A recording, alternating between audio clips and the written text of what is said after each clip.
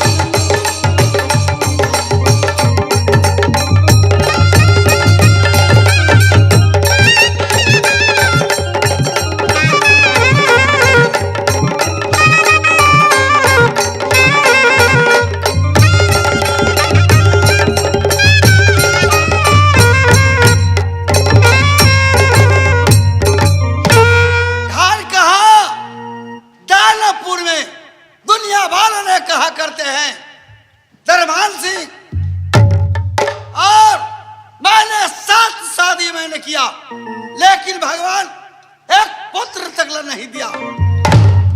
इस समय मेरा यह विचार है कि मैं जंगल जाके मैं शिकार खेलूंगा। एक बार मैंने सपना देखा, खेला भाई शिकार प्रेमी भाई।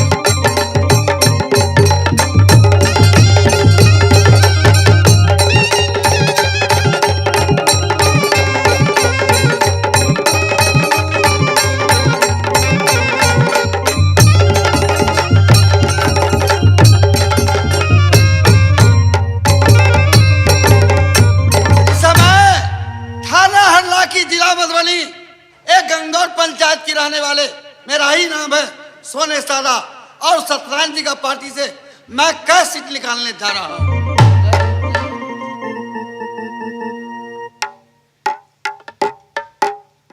जल्दी से आ चल ली हम सुंदरता यही जंगल में।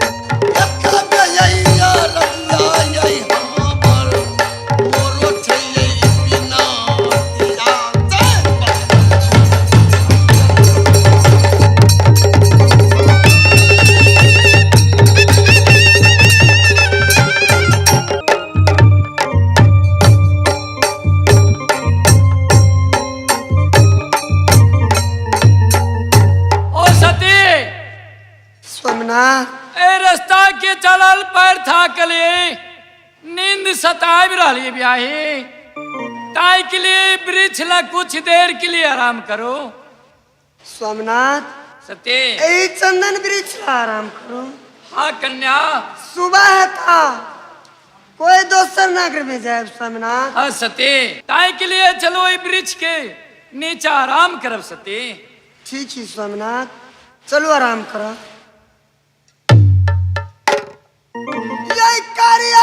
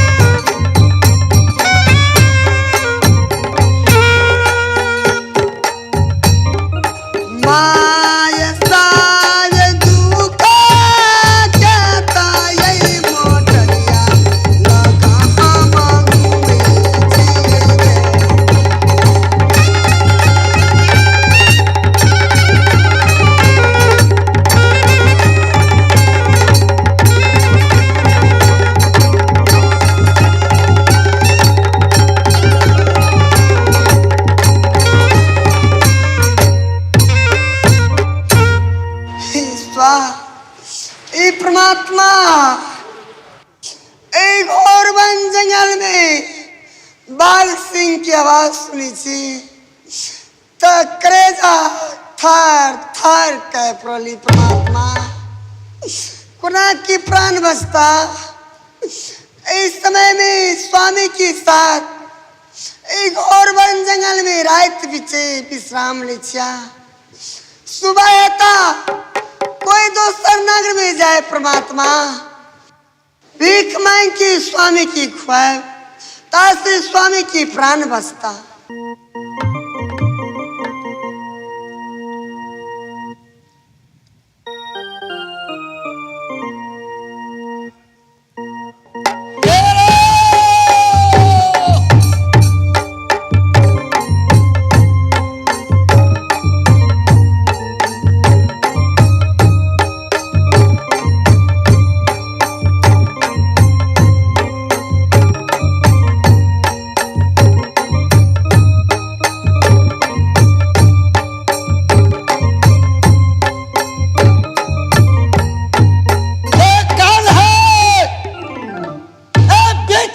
सोने वाले काम कर अपनी नाम बताओ, नहीं तो मेरे हाथों में बंदूक, चाहूं तो मैं छली छली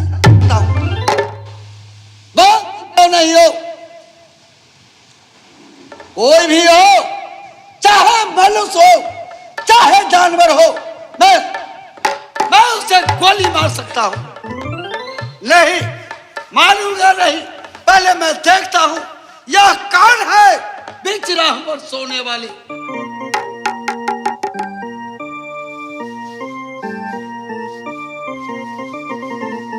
वैसे जागने वाले नहीं है, मैं सूरज देखना चाहता हूं।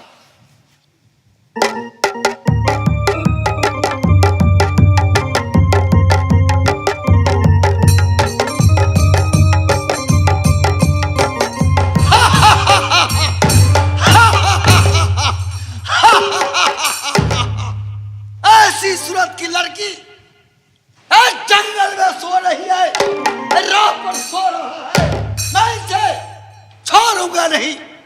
भगवान तुम भी बहुत धोखेबाज हो। ऐसी लड़की को तो किसी राजकुमार से शादी होना चाहिए। एक कोई को साथ तूने शादी किया, मैं अत्याचार नहीं होने दूंगा, नहीं होने दूंगा। ऐसे मैं क्या करूं? 7 रानी ने मैंने किया, लेकिन भगवान एक भी बाल बच्चा नहीं दिया। मेरा विचार है इससे मैं उठाकर ले जाऊंगा, बहुत खुशी की बात होगी, बहुत खुशहाली होगी।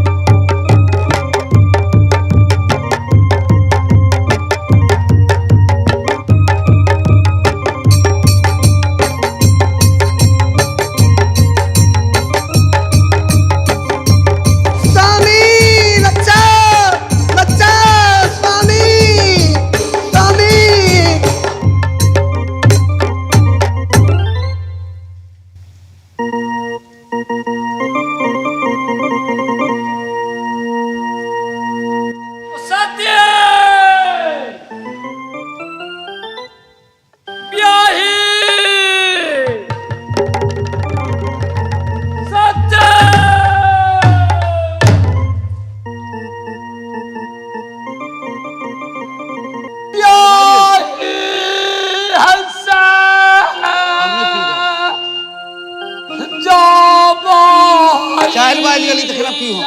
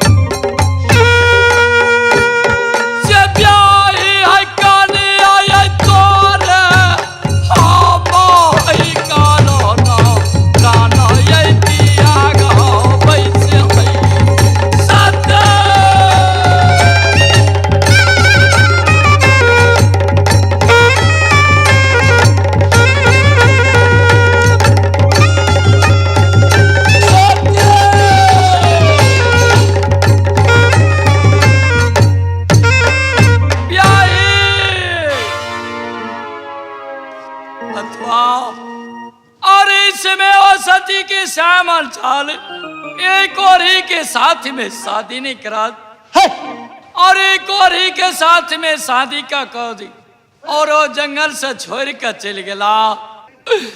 यही ब्याही न है।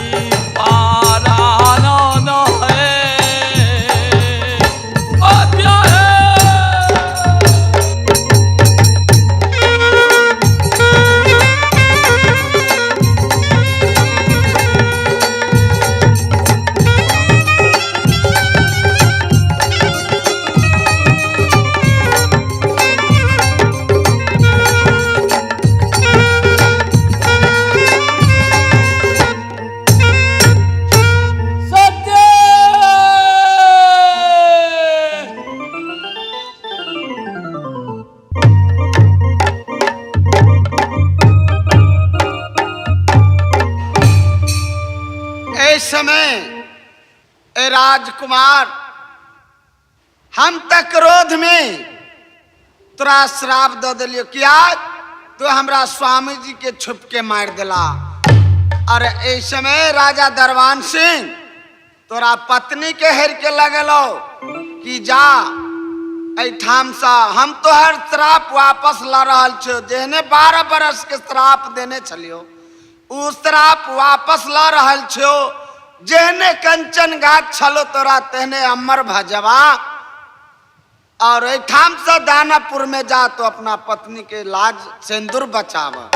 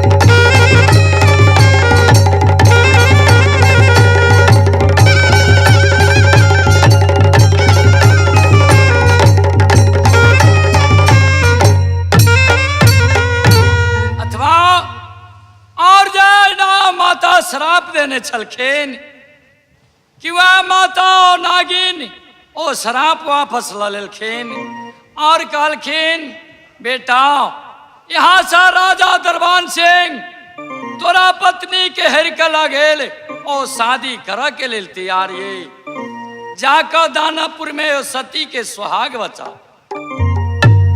और जहने तोर कंचन बदन छाल ओहने सुंदर राजकुमार बिटिया और इस समय ओ कंचन बदन वो राजकुमार के रूप में जाए वो ब्याही नहीं पहचान पाता ताय के लिए वो सती के सुहाग अवश्य बचाए।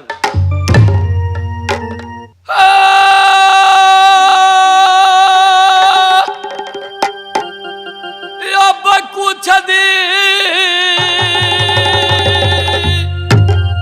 आन धीरा पापी हो धारी हो